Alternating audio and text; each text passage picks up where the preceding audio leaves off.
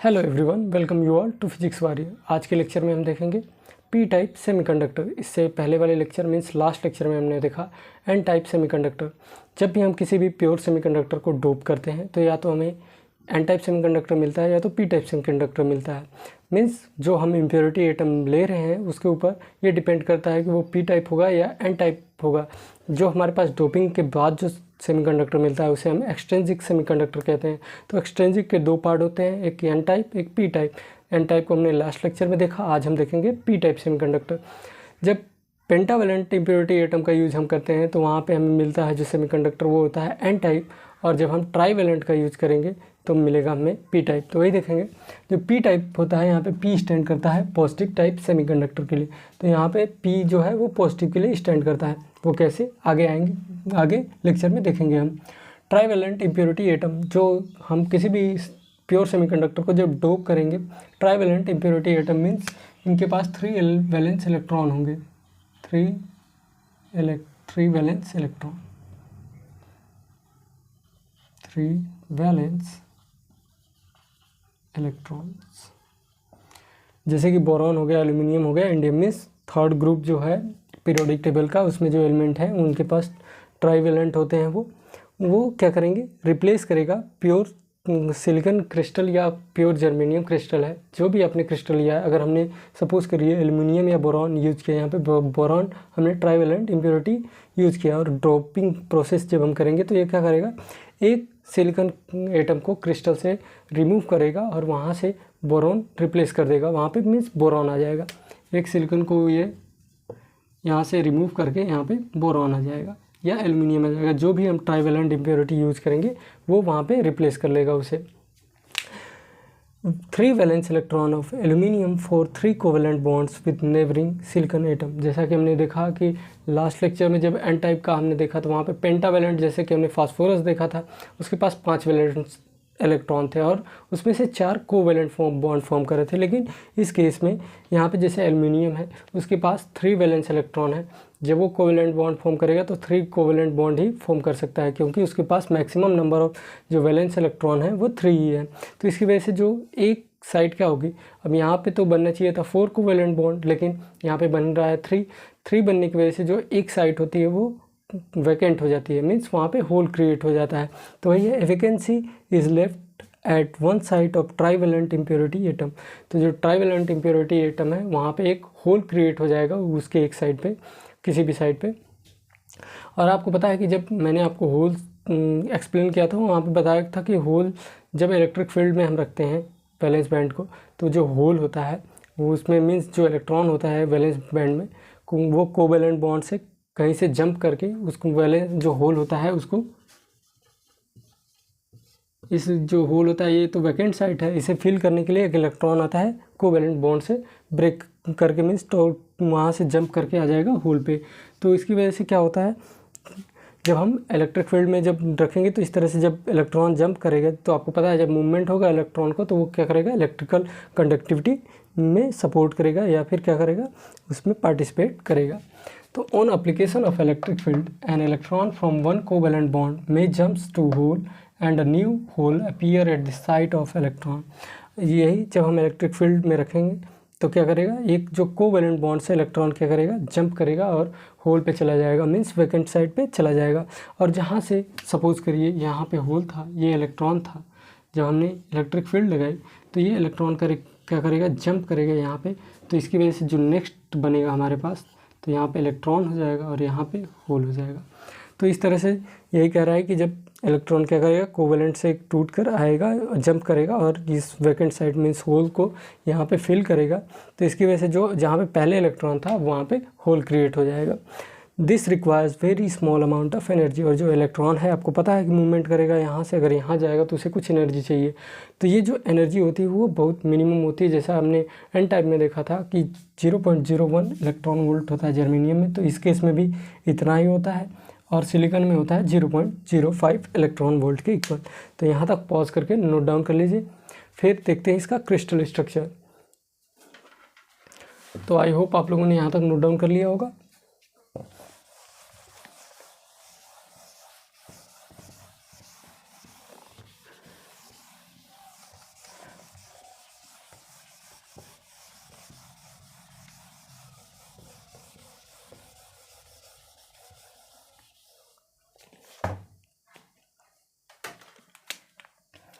जैसे ये हमने सिलिकॉन ले लिया,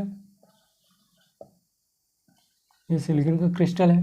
जब इसे हम ट्राईवेलेंट से डोप करेंगे तो यहाँ पे एक ट्राईवेलेंट इम्प्योरिटी आ जाएगी। लेट से एल्युमिनियम आ गया, यहाँ पे सिलिकॉन था, यहाँ पे सिलिकॉन है, इसके पास 4 इलेक्ट्रॉन होंगे सिलिकॉन के पास वैलेंस शेल में।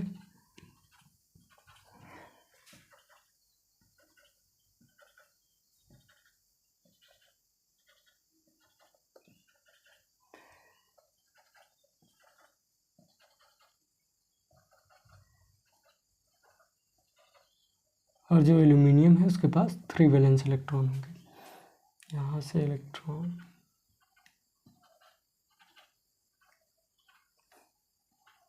ये बॉन्ड कोवेलेंट बॉन्ड फॉर्म करेगा। ये इधर अगर कोई सिलिकॉन एटम है उसके बॉन्ड फॉर्म करेगा, ये इस तरह से।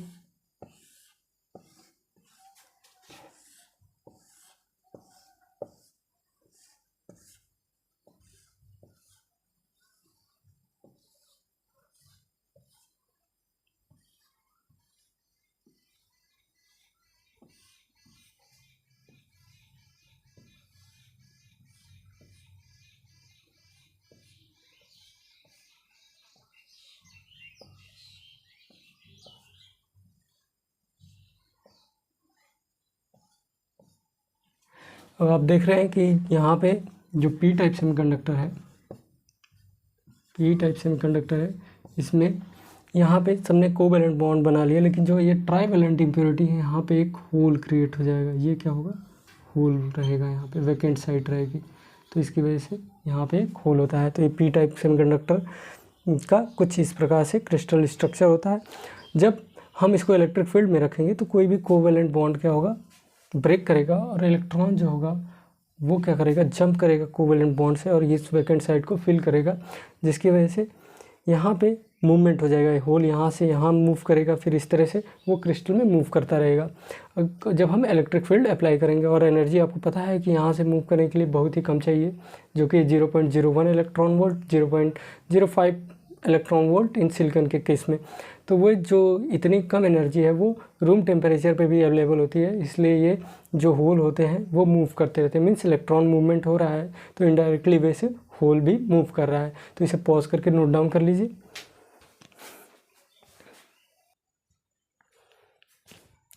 नेक्स्ट है third point, this energy is available at room temperature, hence large number of holes are available for electrical conduction. जैसा कि मैंने आपको बताया, जो इलेक्ट्रॉन्स क्या करते हैं, वैकेंट साइट मीन्स होल्स को वो फिल करते हैं और फिर नेक्स्ट होल क्रिएट होता है। तो जो उसमें एनर्जी लगती है वो एनर्जी रूम टेम्परेचर पे अवेलेबल होती है। तो इसकी वजह से जो लार्ज नंबर्स ऑफ होल्स होते हैं वो इलेक्ट्रिकल कंडक्शन के लिए अवेलेबल रहते हैं। Trivalent impurity accept an electron from neighbouring atom and hence it is called acceptor impurity. जैसे हमने एन टाइप में देखा था कि वहाँ पे जो पेंटावेलेंट इम्प्योरिटी थी वो क्या कर रहे थे, डोनेट कर रहे थे इलेक्ट्रॉन, लेकिन यहाँ पे जो ट्राईवेलेंट इम्प्योरिटी होती है वो इलेक्ट्रॉन को एक्सेप्ट करती है। मीन्स जो नेबरिंग एटम है उससे इलेक्ट्रॉन को एक्सेप्ट करती है। जो एल्यूमिनियम है उसके पास में जो सिलिकॉन होगा वो उससे किसी भी सिलिकॉन से क्या करेगी, एक इलेक्ट्रॉन जो है वो एक्सेप्ट करेगी। तो इसलिए इसको हम कहते हैं एक्सेप्टर इम्प्योरिटी भी कहते हैं। The electrical conductivity depends upon level of doping. जैसा कि आपको पता है जितना आप डोपिंग करेंगे उतना ज़्यादा नंबर ऑफ होल्स क्रिएट होगा, और जितना ज़्यादा नंबर ऑफ होल क्रिएट होगा उतना ज़्यादा होल्स हमारे लिए अवेलेबल होंगे इलेक्ट्रिकल कंडक्शन के लिए। तो जितना ज़्यादा इलेक्ट्रिकल कंडक्शन के लिए होल हमारे पास अवेलेबल होंगे उतनी ज़्यादा इलेक्ट्रिकल कंडक्टिविटी होगी। तो वही कह रहा है, the electrical conductivity depends upon level of doping. More more acceptor impurity, more holes and is independent of temperature. अगर ज़्यादा हम डोपिंग करेंगे तो हमारे पास एक्सेप्टर इम्प्योरिटी ज़्यादा होंगी, और ज़्यादा एक्सेप्टर इम्प्योरिटी होंगी तो हमारे पास ज़्यादा होल क्रिएट होंगे, और ज़्यादा होल होगा तो हमारे पास इलेक्ट्रिकल कंडक्टिविटी होगी वो बढ़ जाएगी। और जो ये होल होते हैं, ये जो इस कंडक्टिविटी है ये टेम्परेचर पे डिपेंड नहीं करती है, ये इंडिपेंडेंट ऑफ टेम्परेचर होता है जो पी टाइप में इलेक्ट्रिकल कंडक्टिविटी है ड्यू टू होल। तो यहाँ तक पॉज करके नोट डाउन कर लीजिए।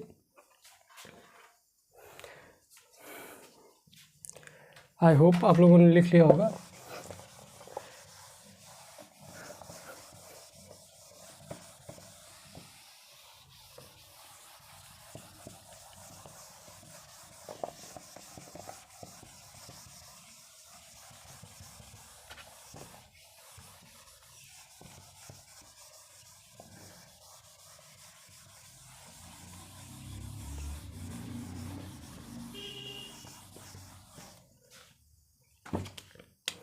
अब आपको पता है कि जैसे कोवैलेंट बॉन्ड है तो रूम टेम्परेचर में क्या करेगा, थर्मल एनर्जी है, तो थर्मल एनर्जी की वजह से जो कोवैलेंट होंगे कुछ ब्रेक करेंगे। जब कुछ ब्रेक करेंगे तो हमारे पास कुछ इलेक्ट्रॉन मिलेगा और कुछ होल पेयर जनरेट होंगे।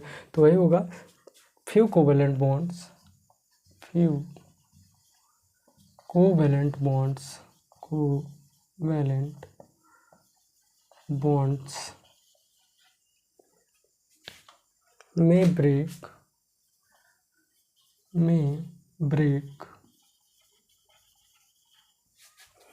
which generate which generates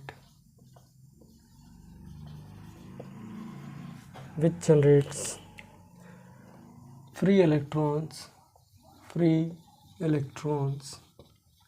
आपको पता है कि जब वो कोई भी कोवैलेंट बॉन्ड टूटेगा तो फ्री इलेक्ट्रॉन्स जितने जनरेट होंगे वहाँ पे जब फ्री इलेक्ट्रॉन जनरेट होंगे तो उस साइड पे वैकेंट साइड क्रिएट होगी, मीन्स होल्स क्रिएट होंगे। तो जितने फ्री इलेक्ट्रॉन होंगे उतने ही एंड फ्यू कोवैलेंट बॉन्ड्स में break which generates free electrons and equal numbers of holes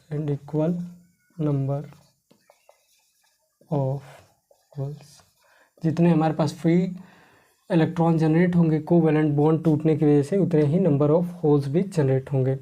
अब जो यहाँ पे NH होता है वो क्या होगा, ये तो दो प्रकार से हमारे पास आएगा। एक आएगा जो हमने लिया था ट्राइवेलेंट इम्प्योरिटी की वजह से, तो जो 90% होता है यहाँ भी होल्स वो होता है ड्यू टू ट्राइवेलेंट या एक्सेप्टर इम्प्योरिटी लिख सकते हैं। तो हम ट्राइवेलेंट इम्प्योरिटी एटम्स और जो 10% आता है वो क्या होता है, due two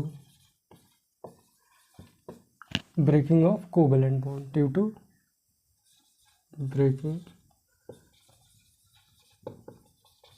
of covalent bond. और जो Ne मीन्स जो नंबर ऑफ इलेक्ट्रॉन होंगे free electron present per unit volume, तो वो होगा, ये जो पूरे इलेक्ट्रॉन होंगे वो सिर्फ पाएंगे due to breaking of covalent bond, due to breaking of covalent bond. इसका एनर्जी डायग्राम देख रहे हैं, यहाँ एक कोवैलेंट बॉन्ड हो, कंडक्शन बैंड होगा, कंडक्शन बैंड। सपोज करिए सिर्फ एक कोवैलेंट बॉन्ड ब्रेक हुआ, मीन्स एक इलेक्ट्रॉन यहाँ पे आएगा, एक ये नीचे होगा वैलेंस बैंड, ये valence band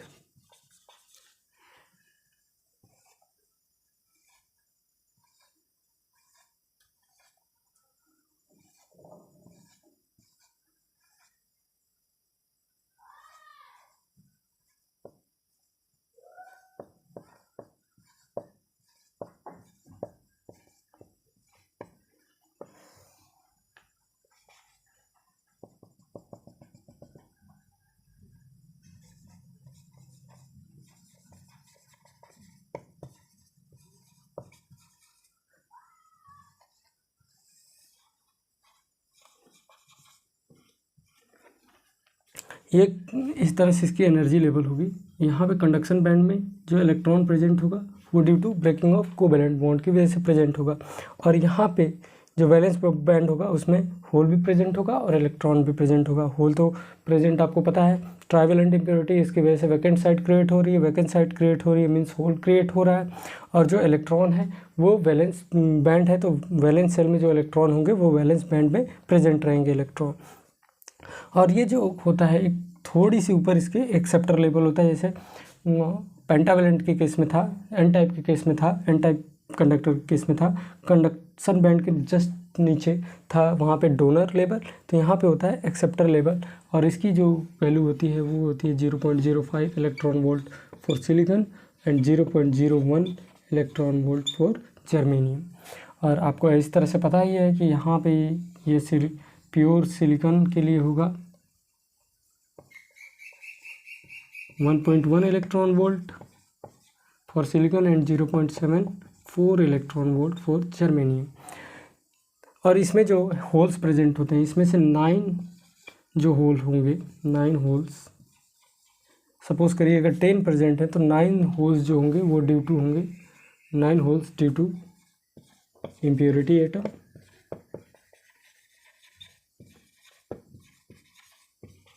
impurity atoms, and one hole due to breaking of covalent bond, breaking of covalent bond, covalent bond। तो और ये जो इलेक्ट्रॉन होगा कंडक्शन बैंड में, ये जितने भी कंडक्शन बैंड में हमारे पास इलेक्ट्रॉन मिलेंगे वो due to breaking of covalent bond होंगे। तो यहाँ तक पॉज करके नोट डाउन कर लीजिए। और यहाँ पे एक और चीज़ है, एक नोट डाउन कर लीजिएगा। जैसे एन टाइप के केस में था मेजॉरिटी चार्ज कैरियर इलेक्ट्रॉन, तो इस तरह से यहाँ पे होता है holes are majority charge carriers, majority charge carriers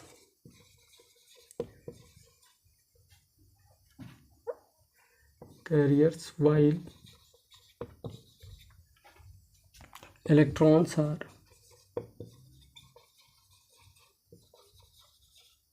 minority charge carriers in p-type semiconductor।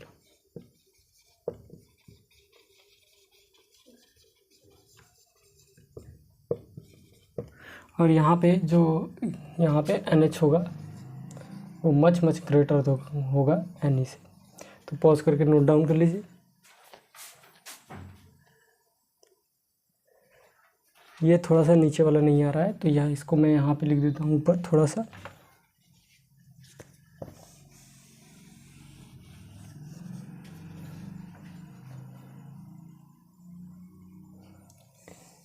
इसे मैं यहाँ पे लिख रहा हूँ, 1 होल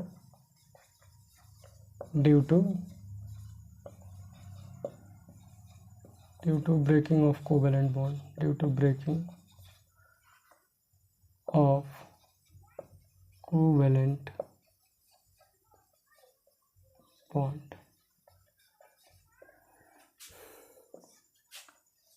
तो इसे आप पॉज करके नोट डाउन कर लीजिए।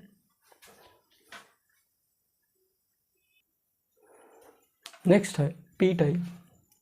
जो पी टाइप होता है,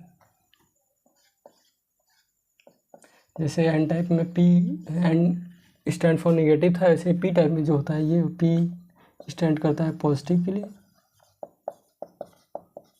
ये पॉजिटिव क्यों होता है? क्योंकि जो इसके मेजॉरिटी चार्ज कैरियर्स है वो होल्स है, और होल्स क्या बिहेव करते हैं, as a positive charge behave करते हैं। तो यहाँ पे मेजॉरिटी चार्ज कैरियर्स क्या है, majority charge carriers are holes. जिस तरह से एन टाइप कंडक्टर न्यूट्रल था, उसी तरह ये भी न्यूट्रल होता है। P type semiconductors